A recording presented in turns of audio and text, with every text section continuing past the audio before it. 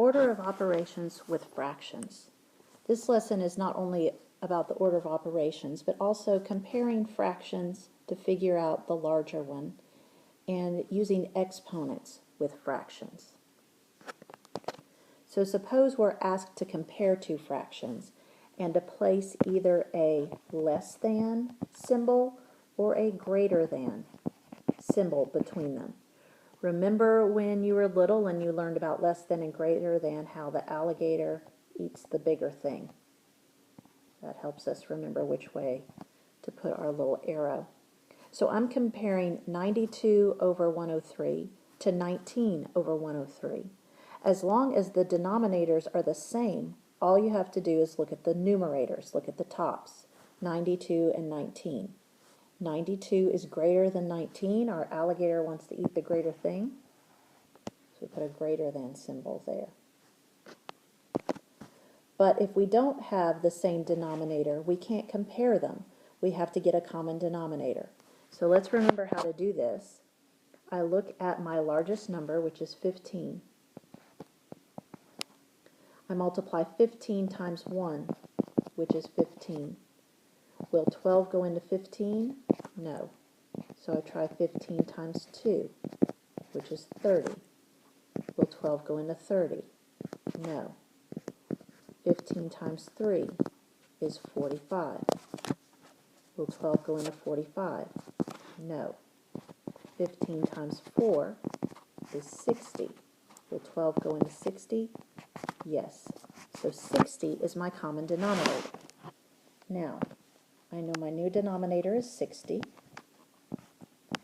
so I have to get a new numerator. So you have to think, what do you multiply 12 by to get 60? And that would be 5. If I multiply the bottom by 5, I have to also multiply the top by 5. So my new numerator is 25. Then what do you multiply 15 to get 60? 4. Also multiply the top by 4. So my new numerator is 28. Now that we have a common denominator, we can compare the fractions to figure out which one is larger. And we are looking at 25 and 28. So 28 is the bigger. 25 is less than 28, with our little alligator eating the bigger number. When you're dealing with exponents and fractions, the exponent, as long as the fraction's in parentheses, applies to both the top and the bottom. So 2/9 in parentheses to the third power, or cubed, is equal to 2 to the third power over 9 to the third power. And exponents mean you multiply that number times itself. 2 to the third power is 2 times 2 times 2, which is 8. And 9 to the third power is 9 times 9 times 9, which is 729. So an exponent on a fraction, as long as it's in parentheses, goes to both the top number and the bottom number. Now let's review just a little bit order of operations. The little phrase we say to help us remember the order of operations is, "Please excuse my dear Aunt Sally." And that stood for parentheses, exponents, and then multiplication and division go together. It just depends on which one you get to first as you look from left to right.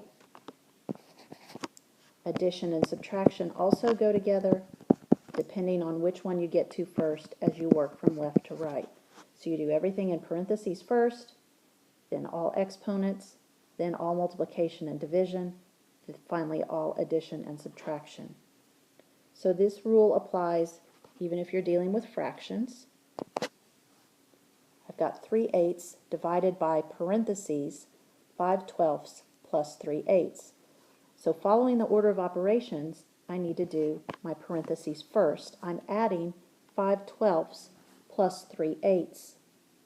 When you're adding fractions, you have to have a common denominator.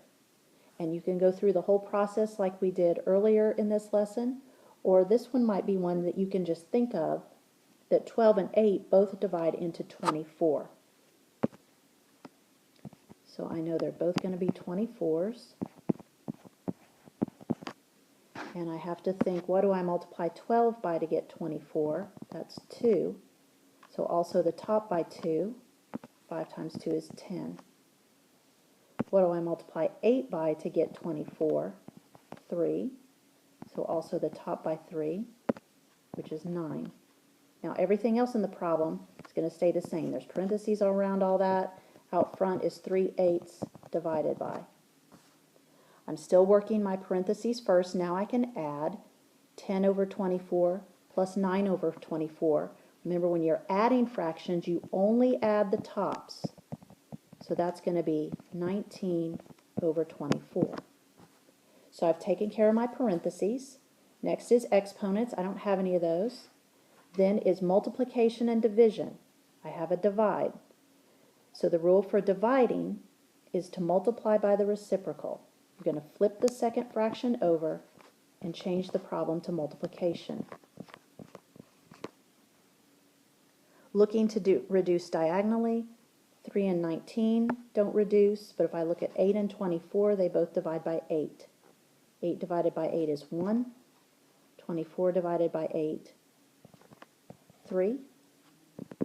Multiply the tops, multiply the bottoms.